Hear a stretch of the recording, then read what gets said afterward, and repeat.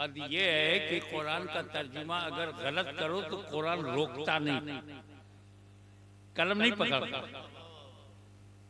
तफसीर गलत लिखो तो रोकता नहीं, टोकता नहीं, खामोश है, बेनियाद है।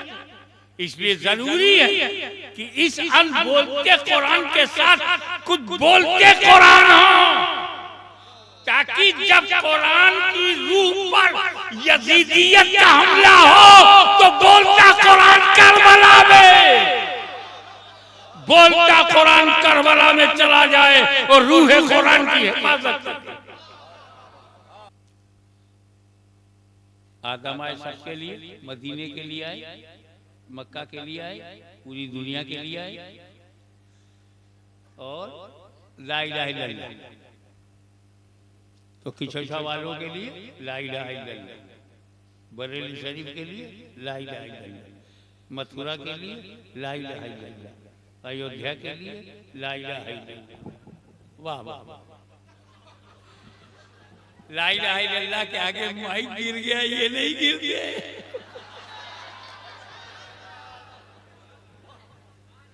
ऐसा करो, लूज करो ये सेंटर ऑफ ग्रेविटी का ख्याल रखो।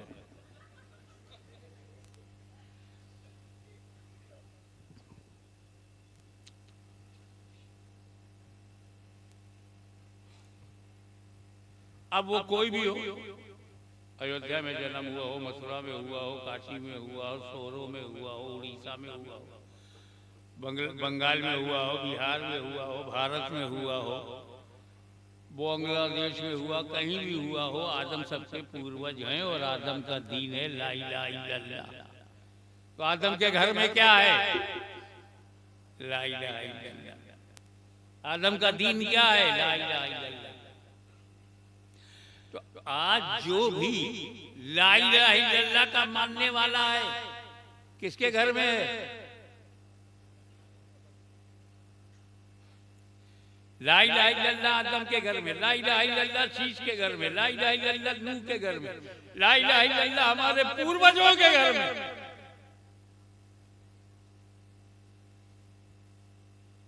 तो आज जो लोग ला इलाहा इल्लल्लाह के कायल हैं वो आदम के घर में हैं, और जो ला इलाहा इल्लल्लाह से दूर हो गए वो घर के बाहर, आदम के घर के बाहर। तो घर वापसी उनकी होनी चाहिए जो आदम के घर से बाहर है। हम तो पहले ही से अंदर हैं। कुछ जरूरी सवालों का जवाब हो गया जिसका सामना आपको करना पड़ता है। अब आइए असल मुद्दे पर कि दीन मुकम्मल जब हो गया तो फुजूल को एक नई फिक्र हुई, हर एक को होती है, हर एक को होती है। जब कोई कारखाना बनाता है, मिल चलाता है, कारपोरेट है, बना तो दिया, रॉ मटेरियल भी आ रहा, प्रोडक्शन भी शुरू हो गया, फिक्र है मेरे बाद ये कारखाना चलेगा नहीं, मेरे बच्चे इसे संभाल पाएंगे कि नहीं, मेरा परिवार इसकी देखभाल कर पाएगा कि नहीं, भविष्य में ये रहेगा कि नहीं, एक फिक्र। मैंने हाफिज मिल्लत के चेहरे पर फिक्र की लकीरें देखी हैं। जब जामियातुल अशरफिया बना तो उनको यही फिक्र थी कि मेरे बाद क्या होगा। मियां जानशीन अच्छा मिला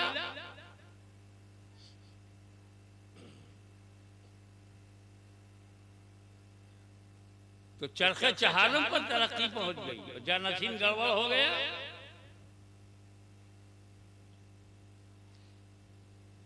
गलती बनाने वाले की नहीं है, गलती बनने वाले की।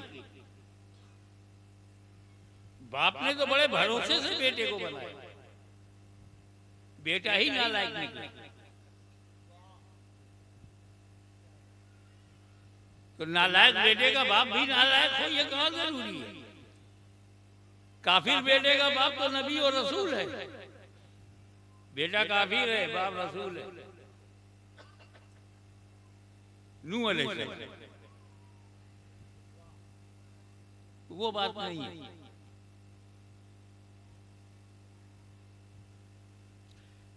जब उम्मत मुकम्मल हो गई, निज़ाम शरीयत नाफिज हो गई, खिलाफत राशिदा का ढांचा तैयार हो गया, हुजूर सल्लल्लाहु अलैहि वसल्लम की जिंदगी में अमलन अदल नाफिज हो गया, कानून की हुकूमत बन गई, इलाही निजाम चल पड़ा। तो हुजूर को भी फिक्र हुई कि जो इस्लाम मैंने मुकम्मल किया है कहीं वो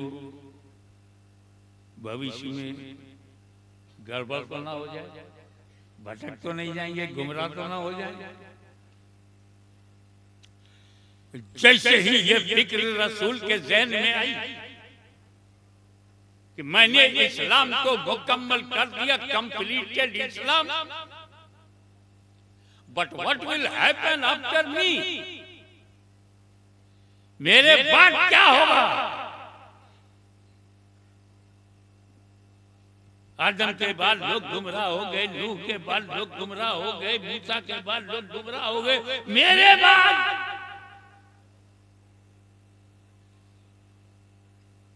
तो फरमाए मेरे उम्मतियों घबराओ मत, मैं तुम में दो भारी चीजें छोड़ रहा हूं। तरक्तो फीकुम मुस्तक़लन, दो वजनी चीजें, दो भारी चीजें छोड़ रहा हूं, कुरान और अहले बैत। अगर कुरान और अहले बैत को मजबूती से पकड़ोगे, लम तज़ल्लू, हरगिज़ हरगिज़ गुमराह नहीं होगे, गारंटी ले लिया। जिसके हाथ में कुरान हो और दूसरे हाथ में दामन अहले बैत हो, वो कभी गुमराह नहीं होगा, हरगिज़ हरगिज़ गुमराह नहीं होगा। ये गारंटी मदीने वाले ने दे दिया। सबसे बड़ी इबादत नमाज है, लेकिन ये गारंटी नहीं है कि जो नमाज पढ़ेगा हरगिज़ हरगिज़ गुमराह नहीं होगा। जबरदस्त इशार और कुर्बानी से भरी हुई इबादत हज है, लेकिन कोई गारंटी नहीं कि जो हज करेगा वो गुमराह नहीं होगा। न जाने कितने गुमराह लोग हज करने चले जाते हैं, कितने गुमराह लोग मस्जिदों पे कब्जा कर रहे हैं, मगर कुरान और अहले बैत का दामन पकड़ने वाला हरगिज़ गुमराह नहीं होगा। तो अब अगर उड़ीसा में कोई गुमराह मिल जाए तो झगड़ा मत करना, समझ जाना, या तो इसने कुरान छोड़ा है या अहले बैत से पंगा लिया है।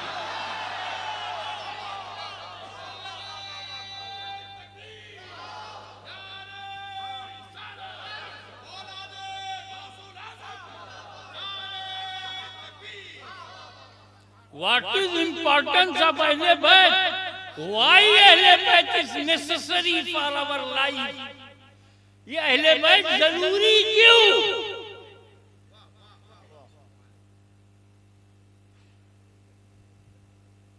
अकीदा अहले सुन्नत के मुताबिक तो सहाबा किराम भी जरूरी हैं। जमाते सहाबा का तो जवाब नहीं। तीन ही तो जमात है और उसकी तरह कोई दूसरी जमात नहीं। जमाते अंबिया, नबियों की जमात, कोई जमात उनकी तरह नहीं। फिर जमाते सहाबा,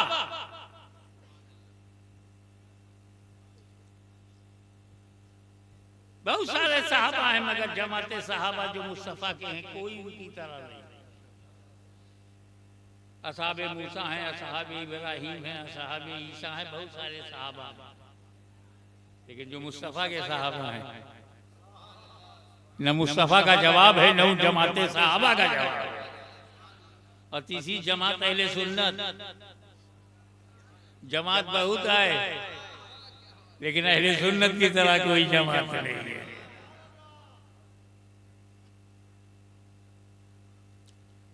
कुरान का साथी बनाना क्यों जरूरी था? वजह ये है, कुरान बेनियाज है। बेनियाज का कलाम है, बेनियाज है। अल्लाह समद, अल्लाह समद है, अल्लाह बेनियाज, Allah doesn't care anyone, Allah doesn't care anyone.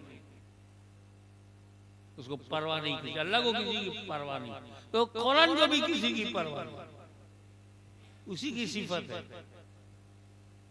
मुतकल्लिम की सिफत। हद ये है कि कुरान का तर्जुमा अगर गलत करो तो कुरान रोकता नहीं, कलम नहीं पकड़ता। तफसीर गलत लिखो तो रोकता नहीं, टोकता नहीं, खामोश है, बेनियाज।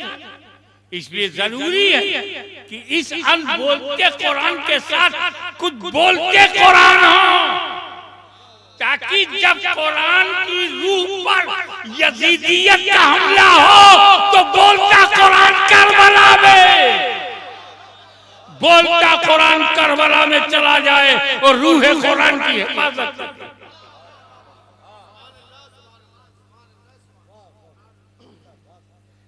इसलिए कुरान को साथी की जरूरत है।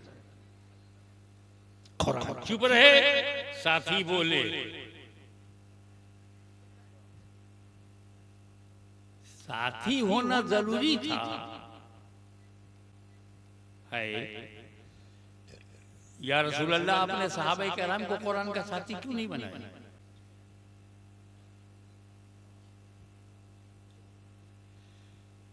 वो सहाबा किराम जिनमें सिद्दीक़ अकबर हो, फारूक आज़म हो, ज़ुन्नूरैन हो, उन्हें साथी नहीं बनाया?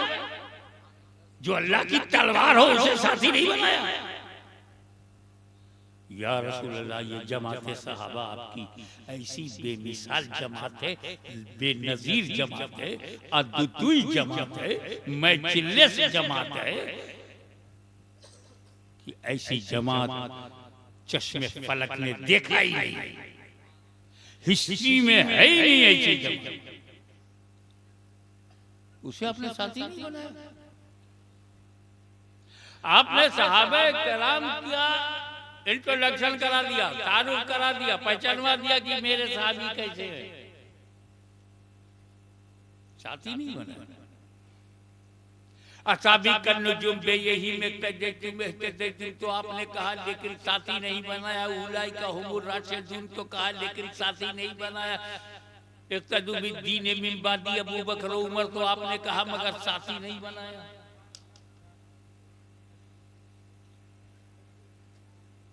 ये सदाकत का पैकर है, ये अदालत का समंदर है और सब कुछ इसके अंदर है, सब कुछ कहा लेकिन साथी नहीं बनाया। दस तो दस दरिया भी न छोड़े वो साहबा, बहरे जुल्मात में दौड़ा दिए घोड़े वो साहबा, अफ्रीका के जंगलात को आबाद कर दिया वो साहबा, कलीसाओं में अजान बुलंद कर दी वो साहबा, कैसर और किसरा के घमंड को मिट्टी में मिला दिया वो साहबा। उन्हें साथी नहीं बनाया, साथी बनाया तो अहले बैत। असल में ये जो ऊपर ऊपर तैरते हैं ना, उनको दरिया का कचरा तो मिलता है, नीचे का मोती नहीं मिलता।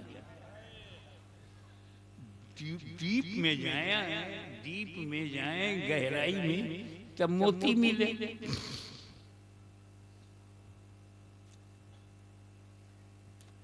पहले सहाबी की डिफिनीशन समझो, सहाबी कहते किसको? हुई सहाबी हर वो इंसान सहाबी है जिसमें दो क्वालिटी हो, ओनली टू, दो विशेषता हो, दो खूबी, दो सहाबी। नंबर 1, माते की आंखों से रसूल को देखा, और नंबर 2, जब मरा तो इस्लाम और ईमान के साथ गया। दो क्वालिटी, दीदारे मुस्तफा और मौत अलल इस्लाम, बस।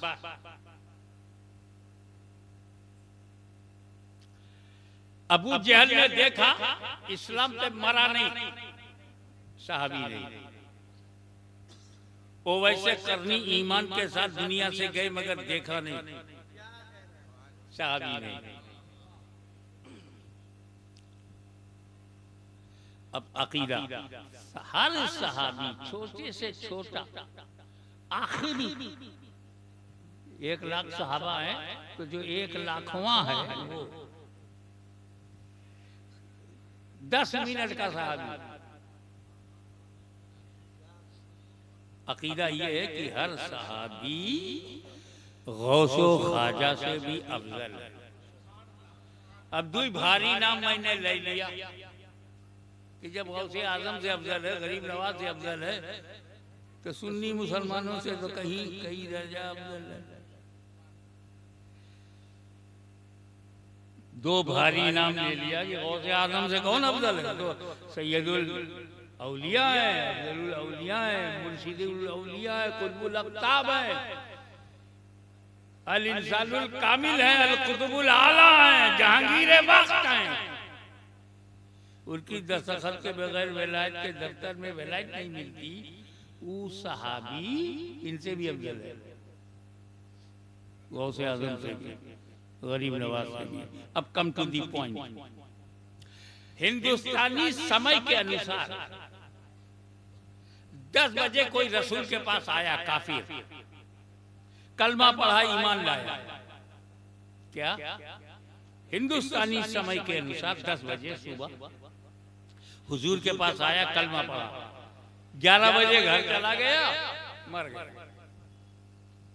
सहाबी है कि नहीं? दोनों बातें मिल गई, देखा भी और ईमान के साथ गया भी। 10 बजे ईमान लाया, 11 बजे इंतकाल हो गया, और दर्जा गौसे आजम से बड़ा, दर्जा गरीब नवाज से बड़ा। अब एक बात बताओ उड़ीसा वालों, उस सहाबी को ये दर्जा किस अमल से मिला? अमल तो नील, अमल तो जीरो, अमल है ही नहीं। 10 से 11 के बीच में न फजीर है, न जोहर है, न असर है, न मगरिब है, न इशा। बगैर नमाज के गौसे आजम से अफजल, बगैर रोजा रख के गरीब नवाज से अफजल, बगैर अमल के, बगैर तकवे के कैसे अफजल हो गया? अमल से तो है ही नहीं। 10 बजे ईमान लाया, 11 बजे इंतकाल होगा, कौन सा अमल किया? इसका मतलब है सहाबी अमल से बनते ही नहीं। सहाबी अमल से बनते ही नहीं, तो जिस चीज से बनता नहीं उस पर बहस काहे को करते हो?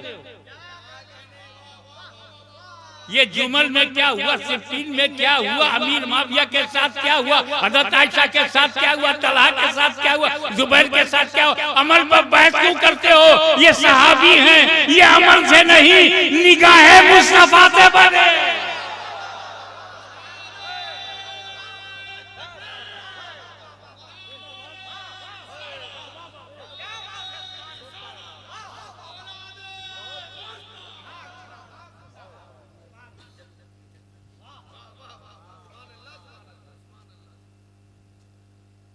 ये माइक जो है स्टेनलेस स्टील से बना है, स्टेनलेस स्टील चेक करो।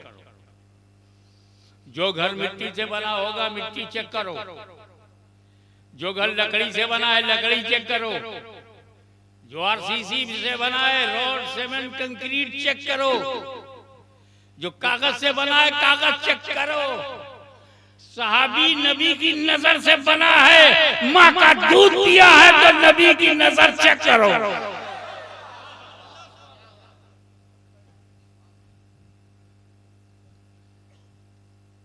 फिर भी नबी ने सहाबा को कुरान का साथी नहीं बनाया। अब वजह क्लियर हो रही है। सहाबी के होने के लिए जरूरी है कि नबी भी हों। सहाबी बनने के लिए क्या जरूरी है कि जमीन पर नबी बकायदे हयात हो, वो देखे और ईमान के साथ जाए और सहाबी हो जाए। रसूल को पता है एक दिन मैं चश्मे आलम से रूपोश हो जाऊंगा, मेरी चश्मे आलम से छुप जाने वाली। मैं मजार में चला जाऊंगा, कब्र में चला जाऊंगा, देखना बंद। जब देखना बंद हो जाएगा, सहाबी बनना बंद। जब सहाबी बनना बंद हो जाएगा तो सहाबी घटना शुरू। 50 साल में आधे सहाबा खत्म, 100 साल के बाद धरती पे सहाबा ही नहीं, 150 साल के बाद तो कहीं नहीं। तो अगर कुरान का साथी मैं सहाबा को बनाऊंगा तो 100-150 साल तक कुरान का साथी होगा, उसके बाद कुरान अकेला हो जाएगा। इसलिए मैं सहाबा को नहीं, अहले बैत को साथी बनाता हूं।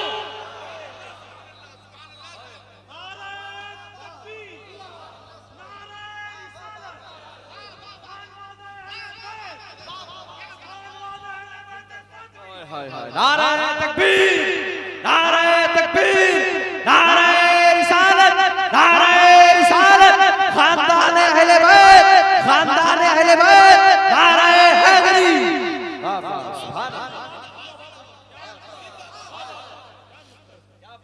और वो इसलिए कि साथी वो हो जिसका साथ न छूटे, साथी वो है जिसका साथ न छूटे। सहाबा का साथ छूट जाएगा, लेकिन मैंने अहले बैत को इसलिए किया, न कयामत तक कोई कुरान को खत्म कर पाएगा, न अहले बैत को खत्म कर पाएगा।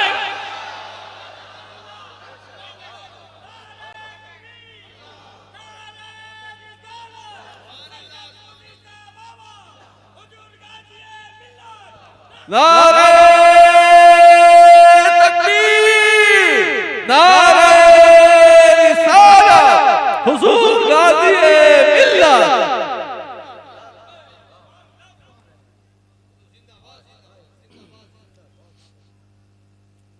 ये अहले बैत ऐसे हैं कि जो इन्हें काटेगा वो मिट जाएगा, और मेरे अहले बैत में जो कटेंगे वो फैल जाएंगे। इतिहास साक्षी है कि 72 लोग करबला में यजीदियत ने ठान लिया कि हम इनका खानदान को मिटा दें, फातिमा का चिराग गुल हो जाए, हैदर कर्रार का खात्मा, खानदान खत्म हो जाए, मुस्तफा की नस्ल नूर को मिटा दिया जाए। लेकिन जैसे जैसे यजीदी तलवार अहले बैत का गर्दन काटती रही, नस्ले यजीद मिटती रही, नस्ले हुसैन बढ़ती रही। जिस तरह से अंगूर की शाखों को काटने से अंगूर बढ़ जाता है, इस नस्ले नूर को काटने से नूर बढ़ जाता है।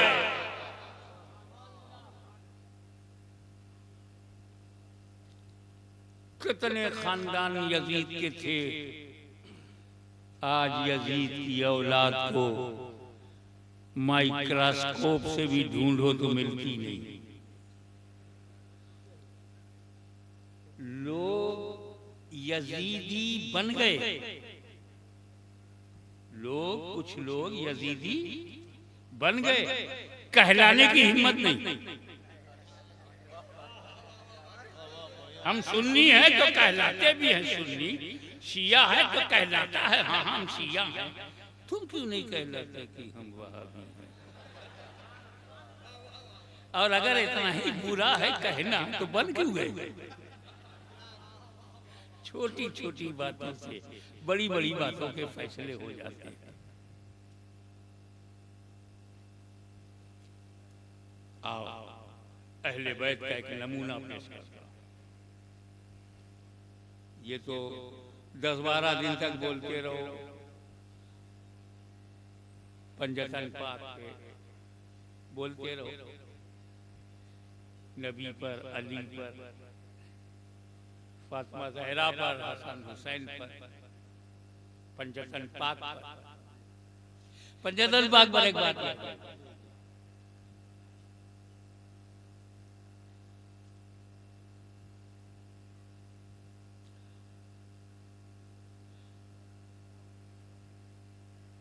ज्यादातर लोग सिंगल पंजतनी है, सिंगल पंजतनी। सुन्नी मुसलमान डबल पंजतनी, वो लोग सिंगल पंजतनी, और सुन्नी मुसलमान डबल पंजतनी। देखो रसूल पाक की जात से दो पंजतन है,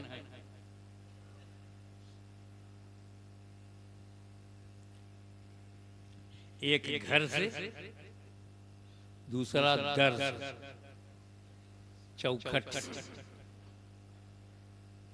दर, और एक है घर।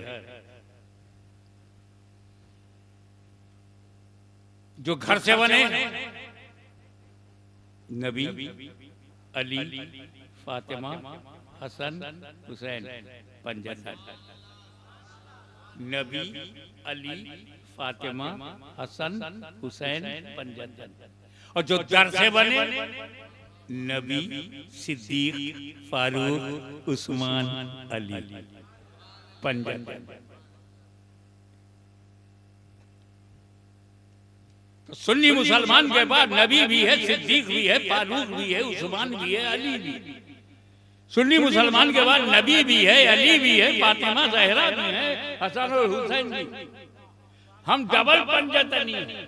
तो इन सिंगल पंजतनियों से कहो हमारा एहतराम करें, हम उनके मुकाबले में डबल पंजतनी।